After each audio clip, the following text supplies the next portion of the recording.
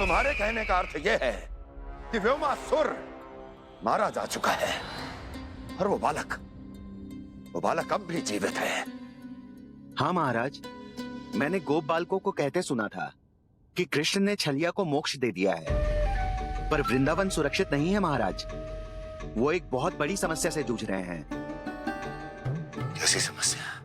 गांव के निकट क्षेत्र में किसी विषैले सर्प का निवास है। उसके विष का प्रभाव इतना भयानक है महाराज, जैसे विष ना हो, स्वयं हलाहल हो। मेरी कोई भी औषधि रोगी का उपचार नहीं कर पा रही थी। निकट के क्षेत्र में कहां है वो सर्प? गोप मानते हैं कि वो सर्प गांव के निकट यमुना नदी के जल में रहता है। मुझे तो लगता है महाराज, ये कालिया नाग की कथा कोई किंवदंती या लोक श्रुति नहीं, एक सच्चाई है, एक विषैली सच्चाई।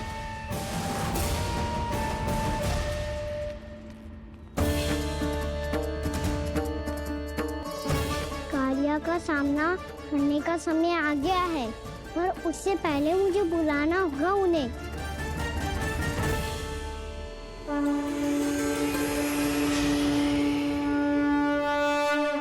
संसार के दारुण भय का नाश करने वाले, सभी कष्टों का हरण करने वाले, विश्व का समस्त ऐश्वर्य प्रदान करने वाले, कमल जैसे लोचन, मुख और चरणों वाले आजानुभूत श्री राम को मैं बार बार नमस्कार करता हूँ। आपदामपहर्तारं दातारं सर्व संपदाम लोकाभिरामं श्री रामम भूयो भूयो नमाम्यहम्। काकभूषुंडी काकभूषुंडी काकभूषुंडी। प्रभु क्षमा करें, मुझे जाना होगा।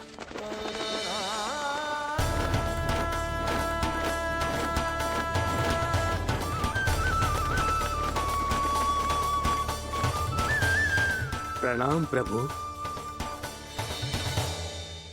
अनेक बार मैं आपके दर्शनों के लिए आया प्रभु। कभी नंद भवन के झरोखों से आपके दर्शन करके चला जाता था, तो कभी दूर किसी वृक्ष की आड़ से आपको निहार लिया करता था। आज आपने स्वयं मुझे बुलाकर धन्य कर दिया प्रभु।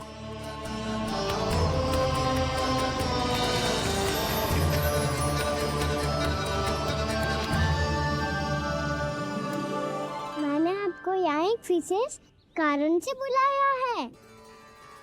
आपके श्राप से इस कालिया नाग को मुक्त करने का समय आ गया है। ये तो बहुत ही उत्तम समाचार है प्रभु। इतने वर्ष बीत गए, मुझे आज भी स्मरण है वो दिन जब मैंने उन्हें श्राप दिया था। अपने क्रोध पर नियंत्रण खोकर बहुत बड़ी भूल कर दी थी मैंने प्रभु। बीती हुई घटनाओं पर दुखी होके कोई लाभ नहीं है।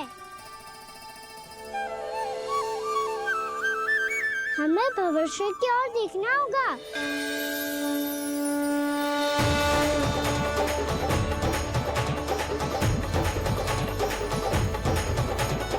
आदेश कीजिए प्रभु, क्या आज्ञा है आपकी? जब मैं कालिया नाग का सामना करने जाऊं, तो आप यही रहेगा। आपको अपने आप पता चल जाएगा कि कब क्या करना है। और हाँ, लौटते जाते समय नारद मुनि से कहिएगा, वो आकर मुझसे भेंट करे। अवश्य प्रभु, प्रणाम। क्या इसने सच्ची में देवर्षि नारद को बुलाया है? नारायण नारायण। आपको संदेश भेजने की आवश्यकता नहीं थी। आप स्मरण करते और मैं चला आता। तुम्हारा कल्याण हो नारद।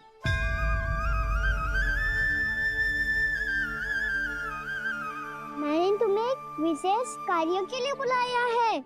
आज्ञा दीजिए प्रभु। तुम्हें एक बात से कंठ से भेंट करनी होगी। विचार कीजिए महाराज। क्या आप बिना किसी शंका के कह सकते हैं कि कौन सी पंखुड़ी पहली है और कौन सी आठवीं? उस दुष्ट से भेंट करना स्वयं कीचड़ में उतरने के समान है प्रभु। कमल पुष्प प्राप्त करना हो तो कीचड़ में उतरना पड़ता है नारद। आपका आदेश तो मैं स्वप्न में भी नहीं टाल सकता प्रभु। कंस कालिया नाग के बारे में जान गया है, पर वो उसका सामना करने का साहस नहीं कर पाएगा। मैं आतुर हूँ प्राप्ति, मूर्ख नहीं। मेरी बुद्धि फिर नहीं गई है। मैं स्वयं उस कालिया जैसे महाविषैले सर्प के सामने खड़ा हो जाऊं और अपने ही काल को आमंत्रित कर लूं। तो फिर अपने लाभ के लिए उसका प्रयोग करने का कोई और उपाय सोचिए स्वामी। कुछ ऐसा कीजिए कि यमुना नदी का पूरा जल विषैला हो जाए और वृंदावन वासी उसका उपयोग करे, और आपका काल कहलाने वाला वो बालक स्वयं काल के गाल में चला जाए। उत्तम उत्तम सुझाव है प्राप्ति। अब मुझे उस कालिया तक पहुंचने का मार्ग ढूंढना होगा। उसको विवश करने का कोई उपाय ढूंढना होगा, क्योंकि व्यक्तिगत रूप से उससे भेंट करना असंभव है। असंभव। आप सही कह रहे हैं प्रभु। कंस में उतना सामर्थ्य नहीं कि वो कालिया नाग का सामना स्वयं कर सके। वैसे तो कालिया गरुड़ देव का भी सम्मान नहीं करता, तो फिर वो कंस का सम्मान क्यों करेगा भला? नहीं करेगा, पर कंस तुम्हारा सम्मान अवश्य करेगा नारद। तुम्हारी बातें भी सुनेगा और मानेगा भी। ये मेरी योजना का बहुत ही महत्वपूर्ण भाग है। तुम कंस के पास जाओ और कहो कि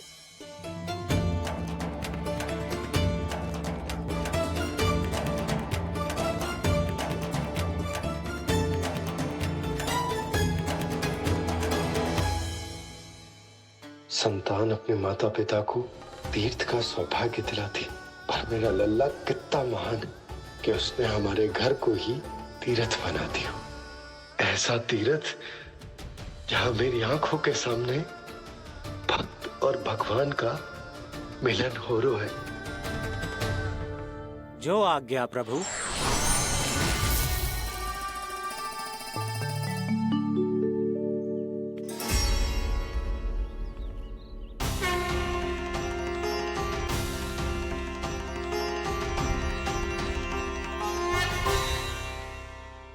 बाबा, कान्हा, ये सब क्या चल रहा है? पहले काग भुसुंडी जी और फिर ये नारद जी। क्या योजना बना रहे हो तुम? कान्हा, बताना लल्ला, क्या सोच रहे तू? कान्हा देख, अगर तुझे अपने बाबा को ना बताना हो ना,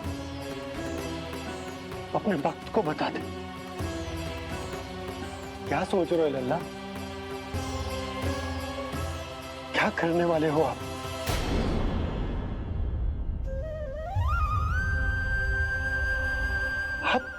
आप इतने दुखी क्यों हो? कान्हा, कान्हा, क्या होगा? क्योंकि मुझे आभास हो गया है बाबा, समय आने वाला है। कौन सा समय आने वाला है लल्ला? शीघ्र सब कुछ बदलने वाला है। भैया को मेरा सत्य पता चल जाएगा बाबा।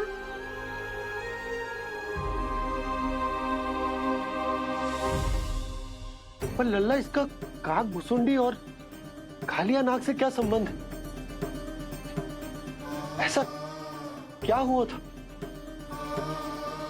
और क्या होने वाला है?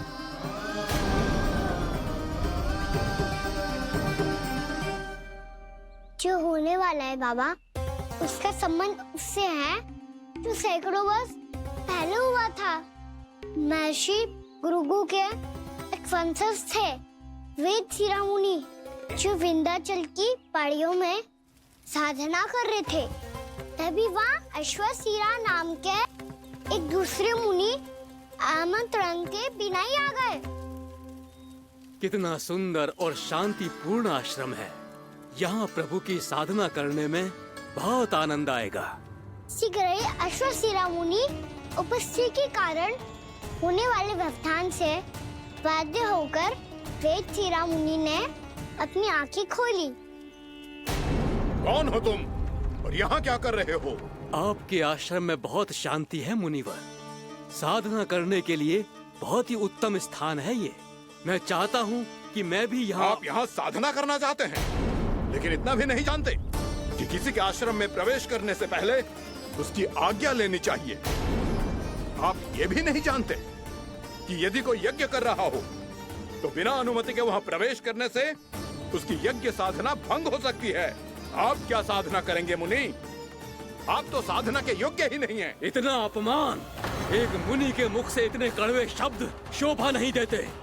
मैं तुम्हें श्राप देता हूँ, जितनी विषैली तुम्हारी जिह्वा है उतने ही विषैले सर्प बन जाओ तुम। और ऐसा सर्प जो सांस भी ले तो निकट का वातावरण दूषित हो जाए।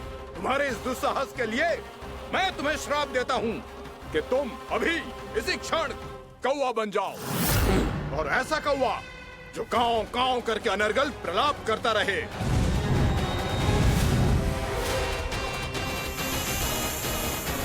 ये मैंने क्या किया? ये मैंने क्या किया? क्रोध के कारण दोनों ने एक दूसरे को श्राप दे दिया। पर दोनों ही मेरे भक्त थे, और भगवान होकर मैं अपने भक्तों को इतनी कठिनाई में कैसे देख सकता था। इसीलिए जिस संकट में उन दोनों ने अपने आप को फंसा लिया था, उसका समाधान करने में मैं उनके पास गया।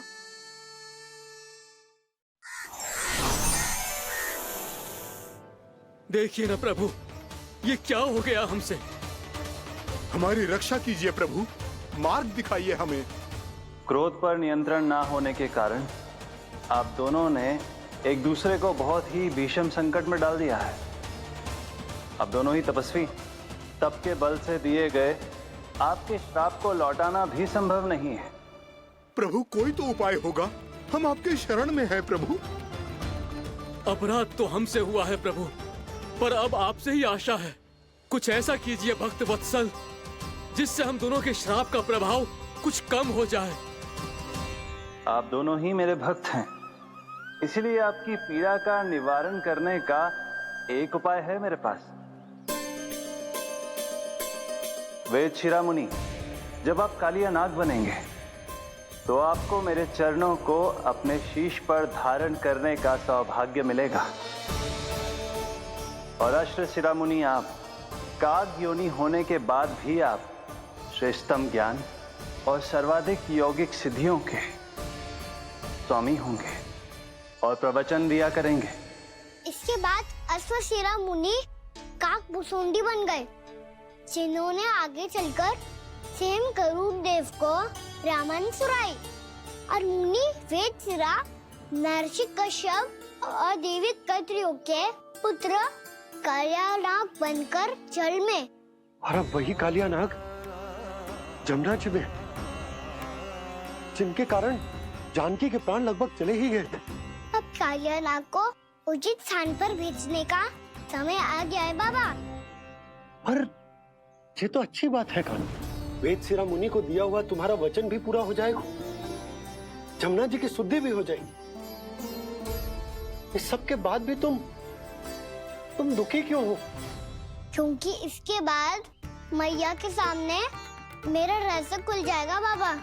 उन्हें पता चल जाएगा कि उनका बालक कोई साधारण बालक ना है। भविष्य में जो होने वाला है उसे सबके सामने घटने से रोकना मेरे लिए भी संभव ना होगा। मैया को सब पता चल जाएगा। क्या पता चल जाएगा रे मुझे?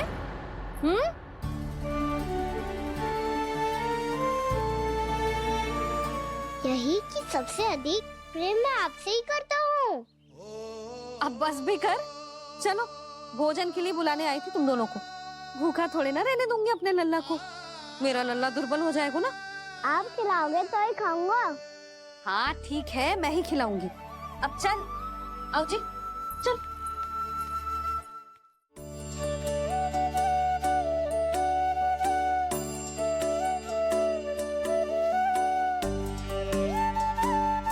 मैया खेलो ना मेरे साथ। मैया सुनो बात ना मानोगी? अभी बहुत कार्य पड़े लल्ला, देख जानकी को औषधि भी देने जानो है ना। औषधि मैं दे दूंगा, फिर तो खेलोगी ना आप मेरे साथ? पिछले कुछ दिनों से अपनी मैया का अधिक से अधिक प्रेम पाने का प्रयास करो है कान्हा। इसका तो एक ही अर्थ हो सकता है कि कछु बहुत बड़ो होने वालों है। कान्हा रुक जा लल्ला। कान्हा क्यों तंग कर रहा है? मैया को पहन लेना। कान्हा, कान्हा, ये क्या करो तूने?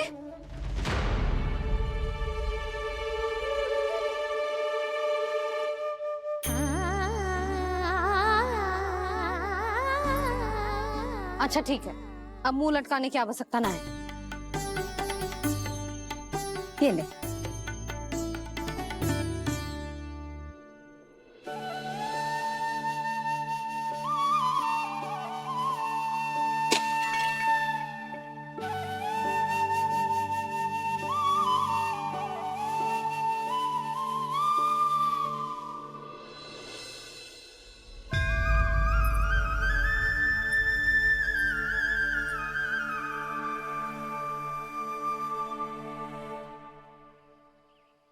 तंग करे मैया को खिजाए, खेले रूठे मनाए, लीला अनोखी करके शरारत, कान्हा दंड भी पाए।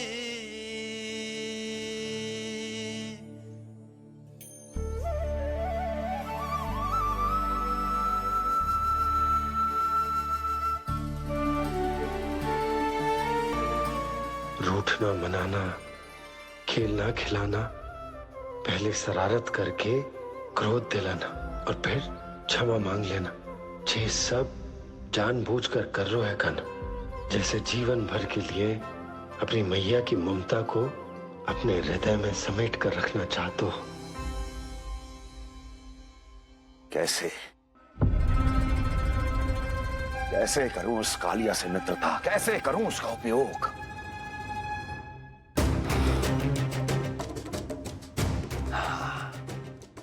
उस पर आक्रमण कर देता हूं और उसे किसी ना किसी तरह से यह विश्वास दिला देता हूं कि यह आक्रमण उस विष्णु अवतार ने किया है।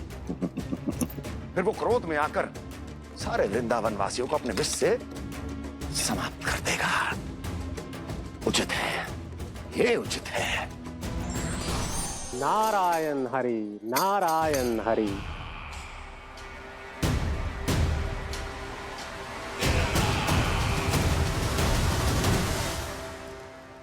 कृष्ण विष्णु अवतार है, आप विष्णु के भक्त हैं। मैं हूं विष्णु द्रोही, फिर भी तो आपके आराध्य को हानि पहुंचाना चाहता है, उसकी सहायता करना चाहते हैं आप। क्या आप निश्चित रूप से कह सकते हैं कि आप ब्रह्मांड के सभी नियमों को अच्छी तरह समझते हैं? अवश्य। आपके लिए बस इतना ही जानना पर्याप्त होगा कि मैं जो कुछ भी कर रहा हूं उसके लिए मेरे व्यक्तिगत कारण हैं। मैं तो बस आपके हित में पिछली बार की तरह एक सुझाव लेके आया था, पर यदि आप मेरा सुझाव सुनना भी नहीं चाहते तो आपकी इच्छा। नारायण हरि, नारायण हरि। कारण चाहे जो हो, इनके पिछले सुझाव के कारण ही आज मेरे शत्रुओं की संख्या कम है। अन्यथा मैं देवकी के अन्य पुत्रों को भी जीवित छोड़ देता और आज वो सब अपने भाई के साथ मिलकर उसकी शक्ति को अनेक गुना बढ़ा देते हैं। ठहरिए देव ऋषि।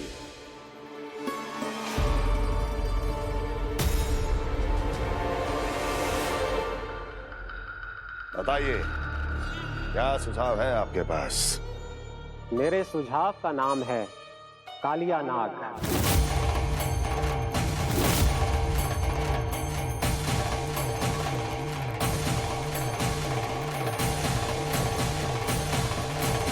उसके विषय में मैं जानता हूं देव ऋषि।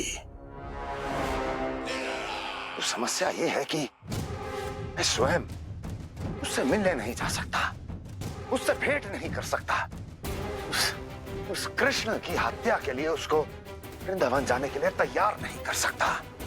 तो मत जाइए उसके सामने और ना उसे भेजिए कृष्ण के सामने। हर बार आप किसी न किसी असुर को अपने शत्रु के क्षेत्र में भेजते हैं, जहां शत्रु उसका सामना करने के लिए पूरी तरह से तैयार होता है और आपका असुर मारा जाता है। इस बार शत्रु को युद्ध स्थल चुनने का अवसर मत दीजिए महाराज। इस बार योजना का जाल ऐसे बुनिए कि कृष्ण स्वयं उसके पास जाने के लिए विवश हो जाए। कालिया नाग स्वयं काल है, मृत्यु का दूसरा नाम है। उसके विष का उपयोग अपने लाभ के लिए कीजिए महाराज।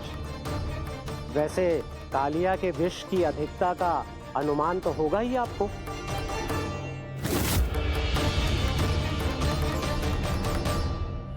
एक बार जो उसके क्षेत्र में पहुंच गया, फिर उसके विष से बचना असंभव है। उचित सुझाव है देवर्षि, उचित सुझाव है।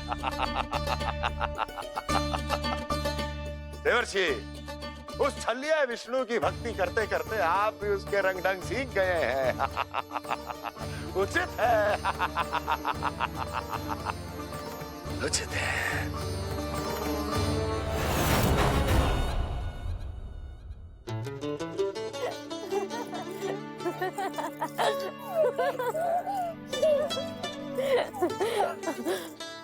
बस बस, बहुत आनंद ले लियो लल्ला। बस अब दूध पी ले। ठहर ठहर, गर्म है। जी ले पी।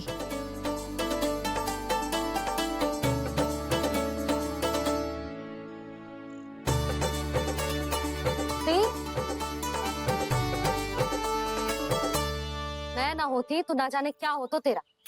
अपने आप दूध भी ना पी सकते है, भावना कहीं का। आपकी इस प्रेम के लिए तो मैं धरती पे आया हूँ मैया। मैं भी यही सोच रहा हूँ यशोदा कि तुम ना होती तो मेरा क्या होता। इसी बात पे थोड़ा दूध और कजू खाने को दे दो। अरे मैं तो भूल ही गई।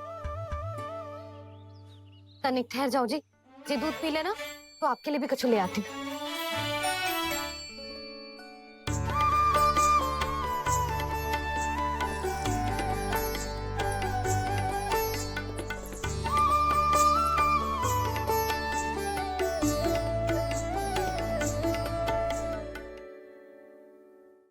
प्रणाम महाराज। आपकी आज्ञा के अनुसार बिल्कुल वैसा ही पत्र तैयार किया है जैसा आप चाहते थे।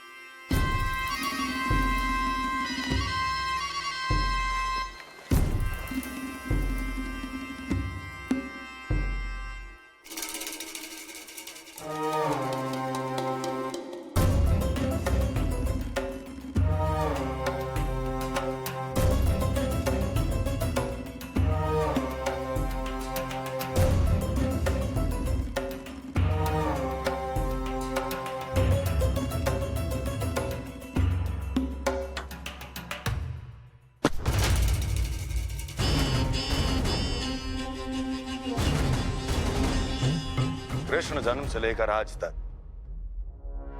ये मेरी सबसे महत्वपूर्ण योजना है। इसका सफल होना निश्चित है दूत, किंतु केवल वही करना जैसा मैंने कहा है। जाओ।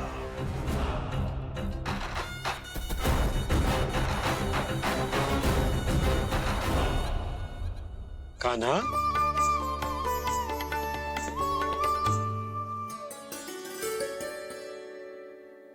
क्या होगा? बाबा मैं चाहता हूँ कि मैया की स्वमता क्रिस्टल फ्रेम की वर्षा मुझ पे सरते ऐसे होते रहे। वो तो होती रहेगी लल्ला। अपने लल्ला के लिए किसी मैया का प्रेम कभी कम हो सकता है भला? नंदराज, वो मथुरा से एक दूत आयो है महाराज कंस का राजपत्र लेके।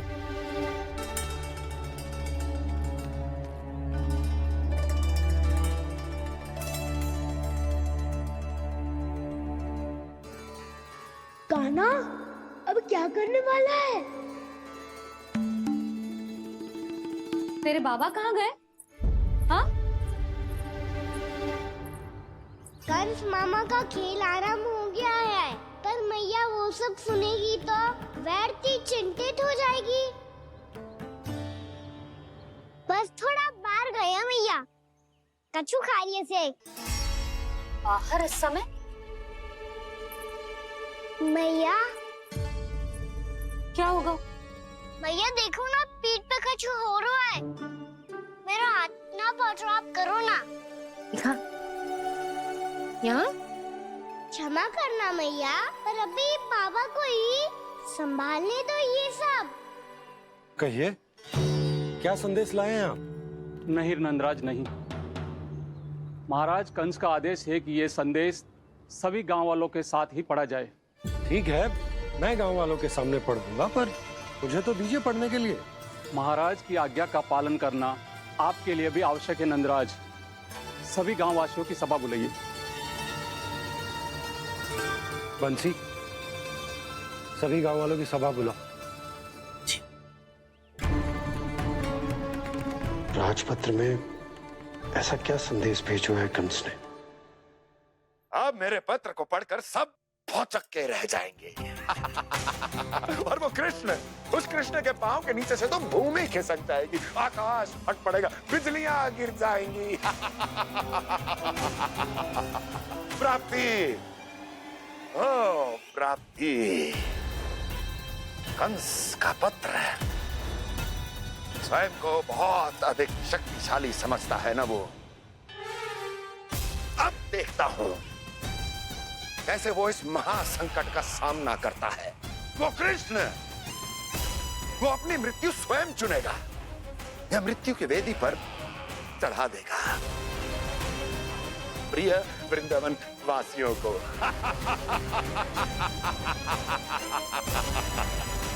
अब आएगा आनंद प्राप्ति, अब आएगा आनंद।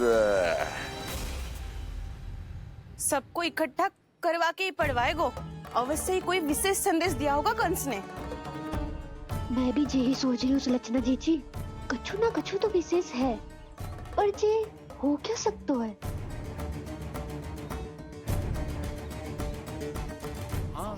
बात तो सही है। ऐसा क्या हो सकता है? सभी गांव वासियों के सामने कहा जाए, कछु तो विशेष अवश्य लग रहा है। बाहर तक कोलाहल क्यों हो रहा है? मैया, मैया, अब क्या होगा? मैया देखो ना, सर पे कछु हो रहा है। लल्ला, नारायण ने तुझे हाथ दिए हैं ना? पीठ की बात अन्य थी। अपने सिर की सेवा स्वयं कर। सर पे तो हाथ पहुंच रहा है ना?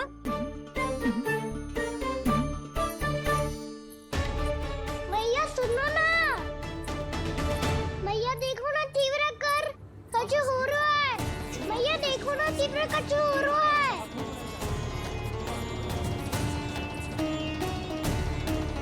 सब लोग आ चुके हैं, अपना संदेश सुनाइए आप।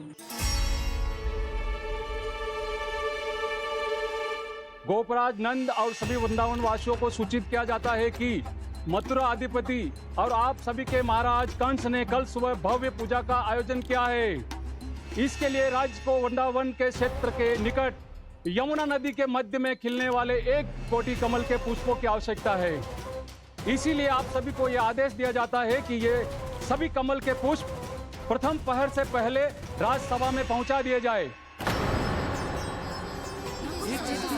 सारे वो भी प्रथम पहर से पहले कैसे हो सकते हैं? यदि आप ऐसा करने में असफल रहे तो इसे राज आज्ञा का उल्लंघन माना जाएगा और राजद्रोह के आरोप में आप सभी को कड़े से कड़ा दंड दिया जाएगा। स्मरण रहे, यदि कल की पूजा में इन 1 कोटि कमल के पुष्पों का ना पहुंचने के कारण कोई व्यवधान आया तो समस्त वृंदावन वासियों को दोषी माना जाएगा और पूरे गांव को निवासियों सहित धूल में मिला दिया जाएगा। कल प्रथम पहर तक का ही समय है आप सबके पास।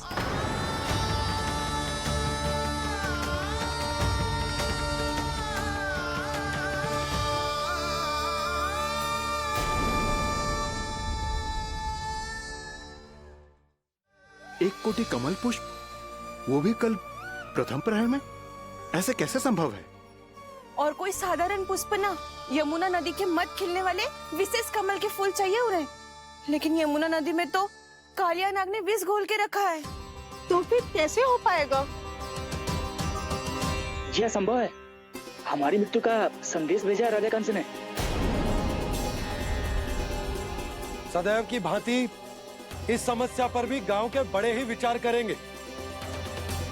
बालकों का यहाँ होना उचित ना है।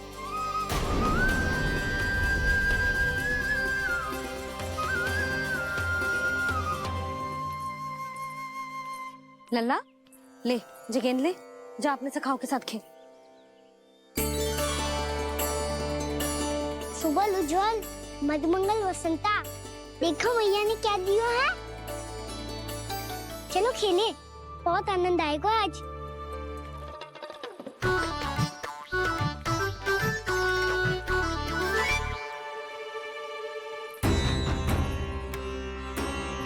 भानु, बंसी, जाओ और शीघ्र ही वो घेरे का कार्य समाप्त करो।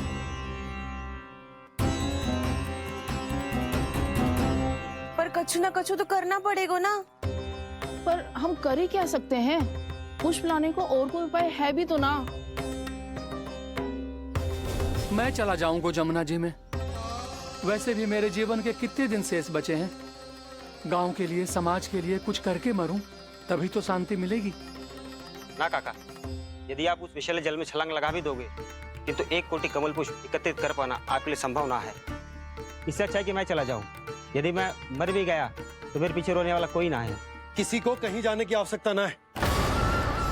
गोप नरेश होने के नाते ये मेरा कर्तव्य है कि मैं आप सबकी रक्षा करूं। नंदराज, आपको जाना है तो जाओ। हरिया, काका, भैया सब चले जाओ। लेकिन आपको पता है वहाँ का जल कितना विषैला है। आप लोग एक क्षण भी जीवित नहीं रह पाओगे। फिर कैसे इकट्ठा करेंगे 1 कोटि कमल पुष्प? आप बात तो सही कह रही हैं शांति। उस दुष्ट कंस ने ऐसी मांग रख के हम सबको फंसा दिया। हम में से कोई भी क्यों न चला जाए और इस संकट का समाधान न निकले को। कान्हा, बताना कौन सा खेल खेलें? गेंद पकड़ खेलते हैं। पर एक बात सुन लो सब, कोई भी तीव्र गति से ना फेंकेगा गेंद को। भैया ने फ्रेम बनाई है मेरे लिए। सब तैयार हो?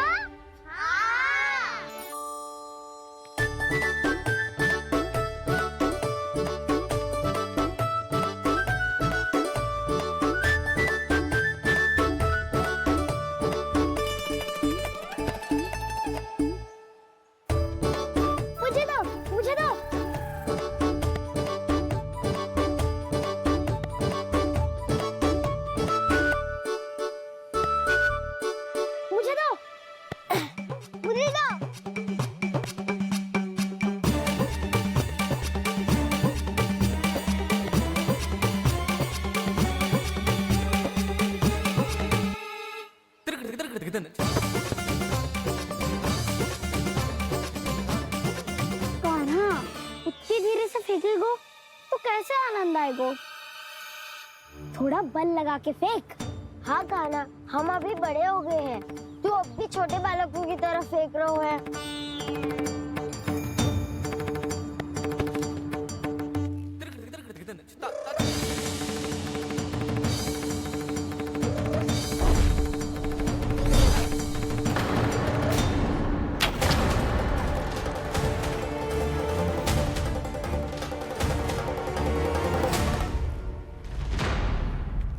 दीदी जी क्या करो कान्हा? गेंद तो डूब गई।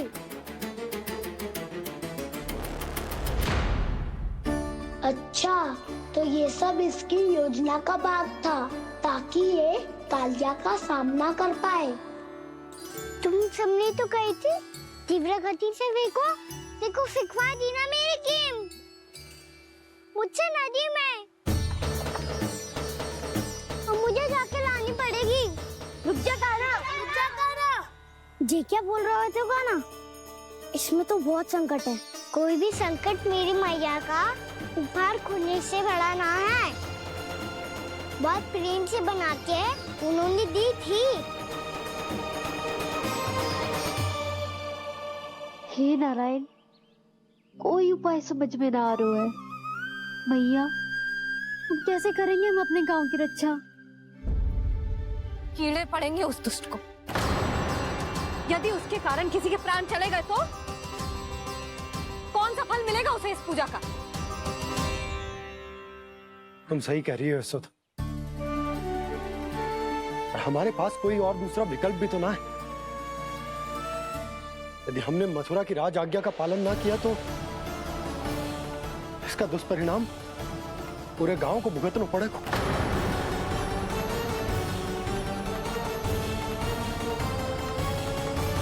कान्हा, तुम्हें पता है कि तू भगवान है, दिव्य है, बहुत शक्ति है तुझमें, पर फिर भी हम तुझे विषैले जल में ना जाने दे सकते। कुछ होगा तो तुम सब इतनी हट कर रहे हो तो ठीक है, ना जाऊंगा। गेंद कहाँ गिरी है, कितनी दूर गई है, ये तो देख लूं, ताकि उसे बाहर निकालने का कोई उपाय ढूंढता हूँ।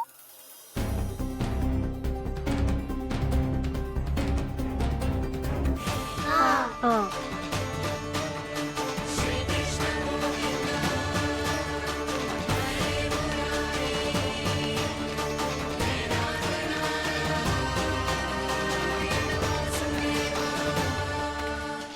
कान्हा की ये लीला तो समझ ही नहीं आ रही। पहले इसने देवश्री नारद को मथुरा जाकर कंस को भड़काने के लिए कहा, फिर स्वयं ही दुखी भी हो गया कि अब इसका रहस्य सबके सामने खुल जाएगा।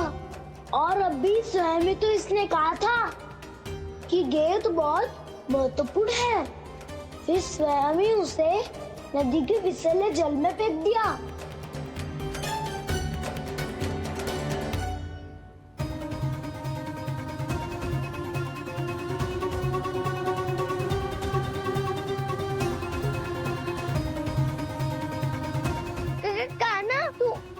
ऊपर क्यों चढ़ रहा है?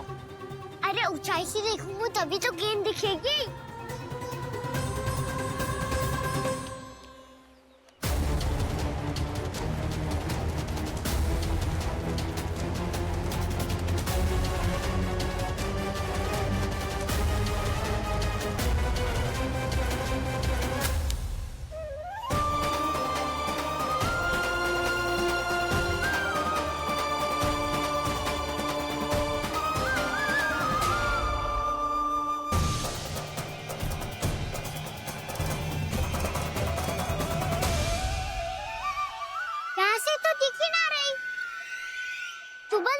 से फेंकी थी ना? ना, वहाँ से फेंकी थी। कहाँ से? देखा ना, वहाँ से। समझ में आ रहा? ठीक बताना, कहाँ से फेंकी थी?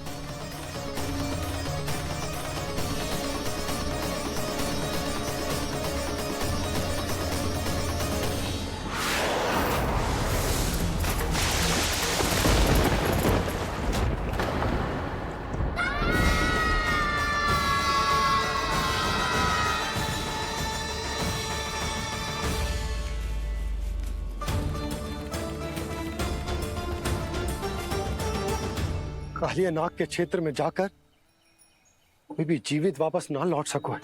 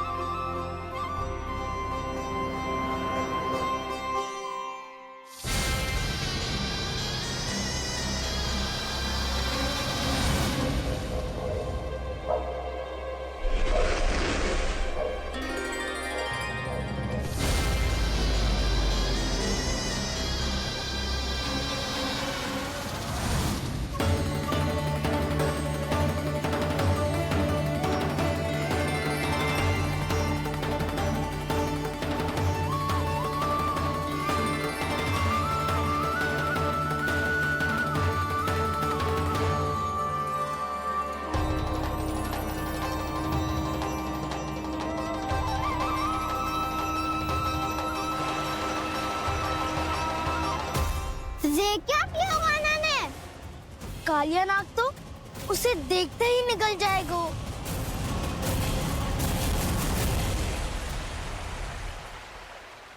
तो आरंभ से अब तक सब कुछ उसकी लीला का ही भाग था।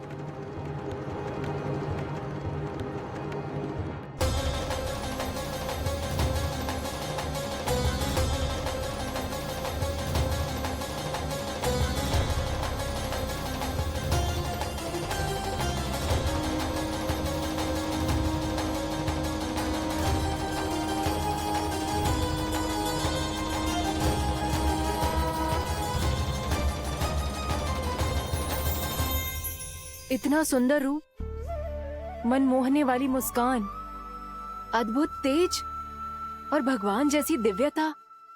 कौन हो तुम? हाँ, तुम्हें देखकर तो हम सब सम्मोहित ही हो गए।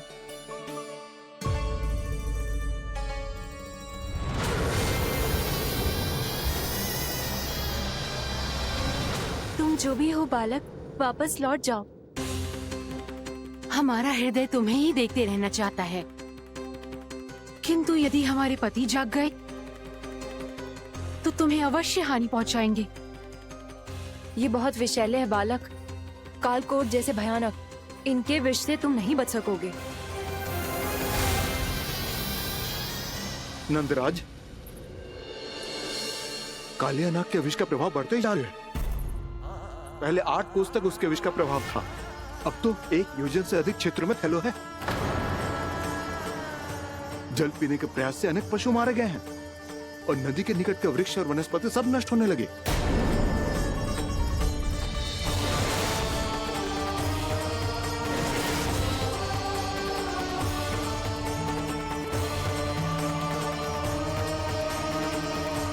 इनके विष की तीव्रता इतनी अधिक है बालक कि इनके संपर्क में आने वाले को तड़पने का भी अवसर नहीं मिलता।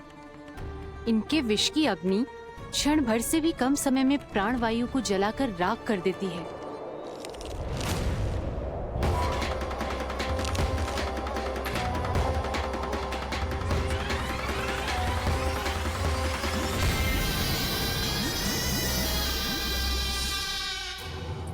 तब तो समस्या और भी गंभीर हो जाएगी।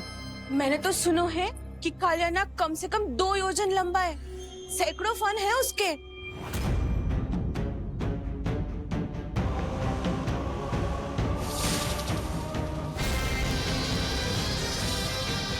इसका अर्थ तो ये है कि हम दोनों ओर से फंस गए। एक और कंस को 1 कोटि कमल पुष्प देने जो कि कालिया नाग के क्षेत्र में पड़ते हैं, और दूसरी ओर उस कालिया नाग का विष यमुना जी के क्षेत्र में बढ़ता ही जा रहा। इसके कारण हम ही नहीं, निर्दोष पशु पक्षी भी संकट में। इन दोनों समस्याओं का एक ही समाधान है, उस कालिया नाग का सामना करना। और ये ना समझ आ रहा कि हम ये करेंगे कैसे, क्योंकि ये बात साधारण मनुष्य के बस की ना है। हमारे लिए ये असंभव है।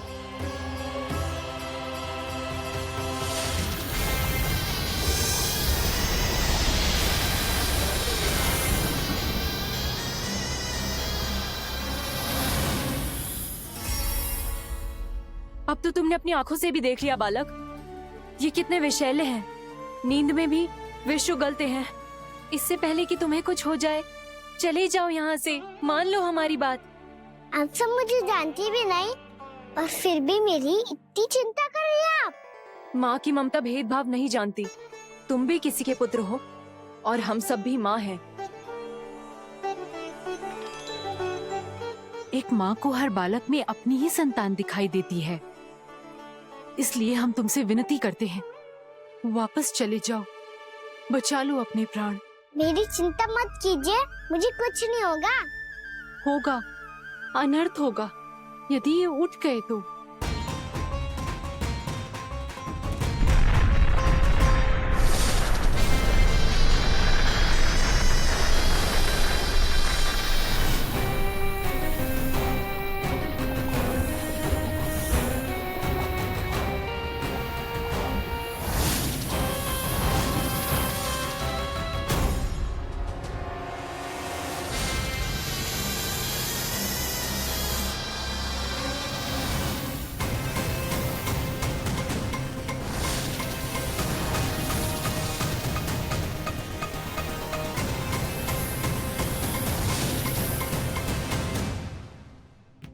सामने होते हुए भी अपने इश्क को केवल वही देख सकता है जो अपना अभिमान त्याग चुका हो।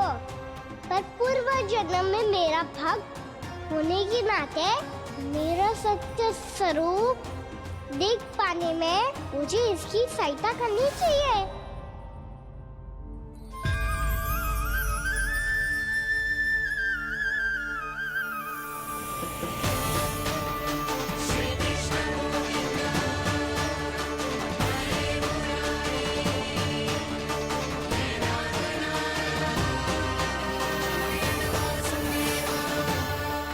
देखो हमारा छोटा सा कान्हा कैसे डट के खड़ा हुआ है, इतने विशालकाय, इतने महाभयंकर सबके सामने।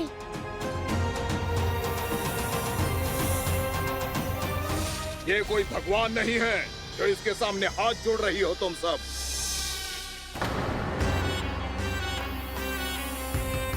एक सामान्य साधारण बालक है ये, जो ये तक नहीं जानता कि इसके सामने है इसका काल, कालिया। तू कौन है बालक?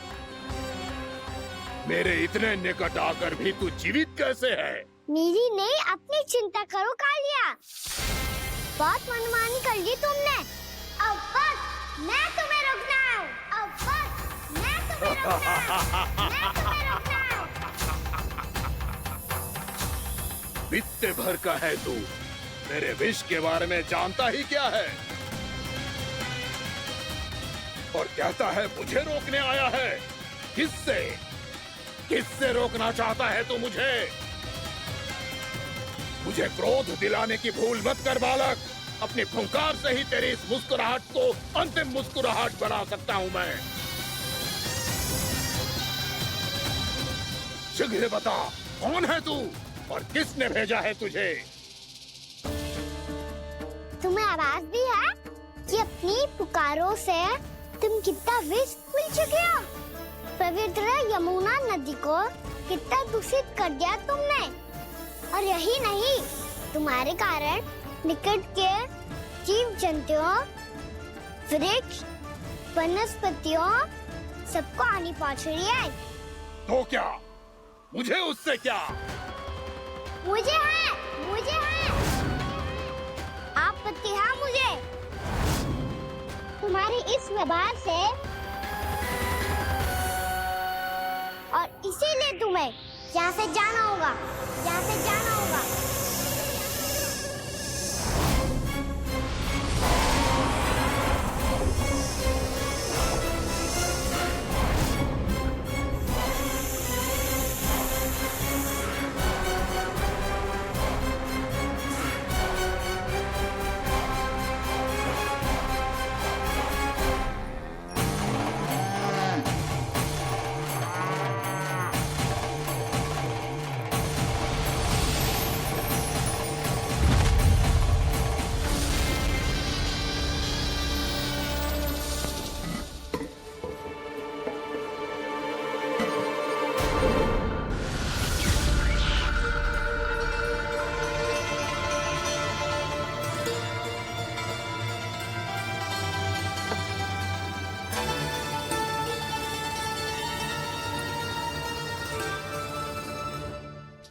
मुझे आदेश देने का साहस भी कैसे किया तूने?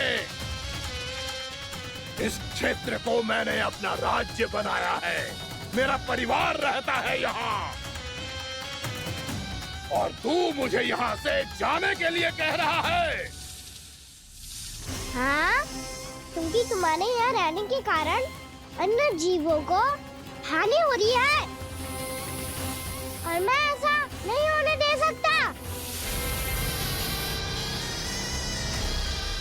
मैं तो बस वही कर रहा हूँ जो एक सर्प का स्वभाव है। विष फैलाना स्वाभाविक है मेरे लिए, इसलिए मुझे चुनौती मत दे बालक। चुनौती तो मैं दे चुका हूँ कालिया। अब तो बस तुम्हें स्वीकार करनी है।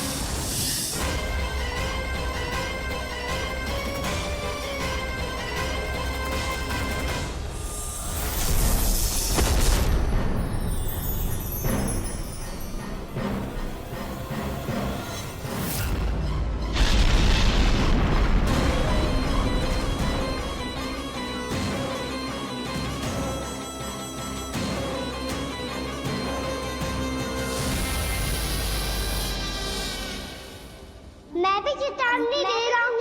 यहाँ से चले जाओ। अपनी भूल को पहचानो कालिया। तुम जो कर रहे हो अनुचित है।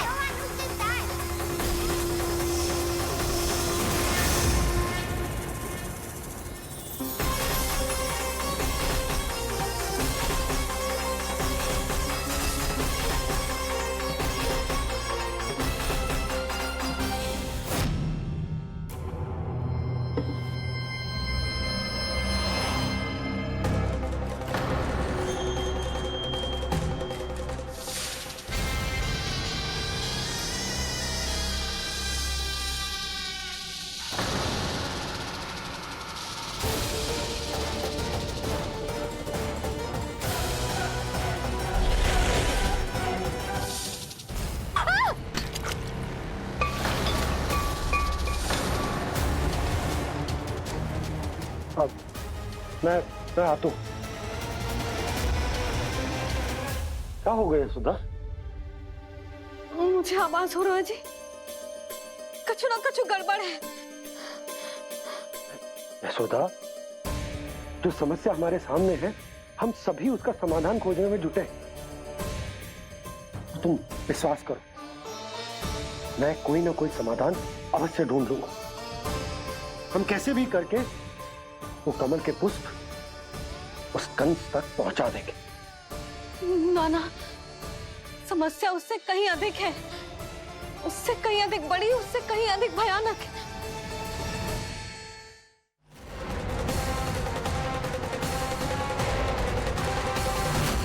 विस्की ये बूंद से ही सबके प्राण चले जाते हैं। इसने तो विस्की धारियां फेंके हुए खाना पे। कान्हा कैसे बच्चे को अधिक विष से? इसका विष तो क्या, ये सर स्वयं भी छू तक नहीं पाएगा हमारे कान्हा को।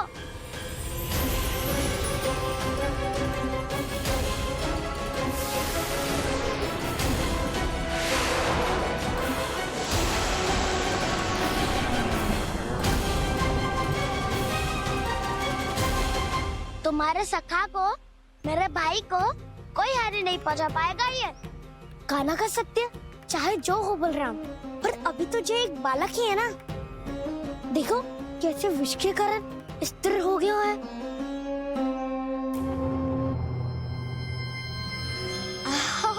हाउ सर्फ ने कितनी आसानी से अपनी पूंछ से बांध लिया है।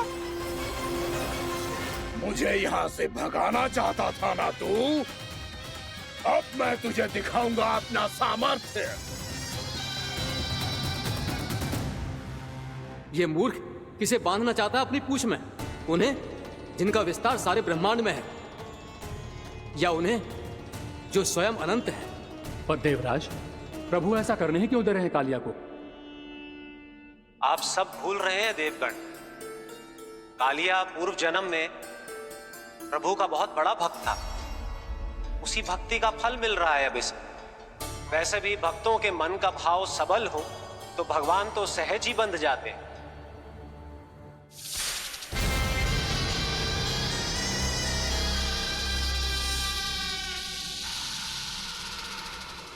बलराम, तुमने ही तो कही थी कान्हा को कछु ना होगो। देखो दुष्ट ने चारों ओर से जकड़ लियो है।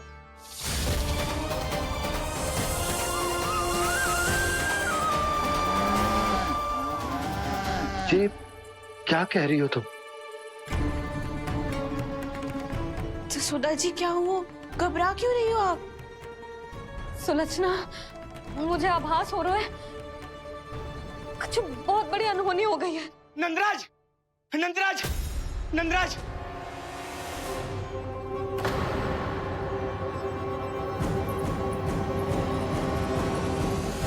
नंदराज, कान्हा ने जमुना नदी में छलांग लगा दी है। कान्हा ने जमुना नदी में छलांग लगा दी है। कान्हा ने जमुना नदी में छलांग लगा दी है। कान्हा जमुना में कूद गया है। मुझे लगा था आज कछु गड़बड़ होने वाली है। मुझे आज कान्हा को ना जाने देना चाहिए था।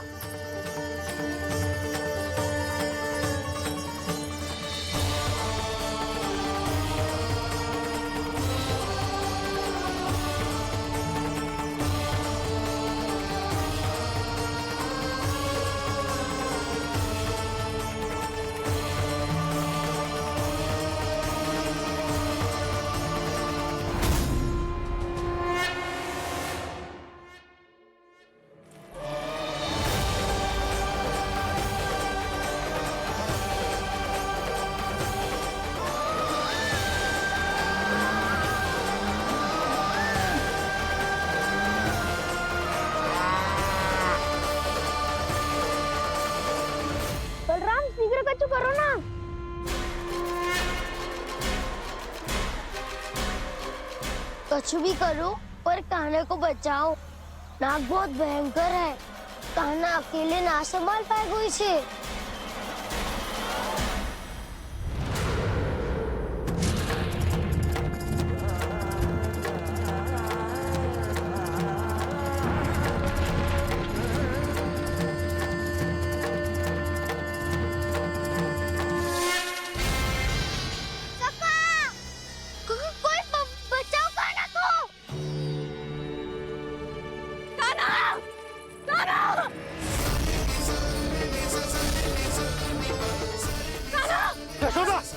यशोदा रुको। छोड़ दो मुझे, छोड़ दो मुझे। रुकिए, संभालो, बावली हो गई क्या? संभालो।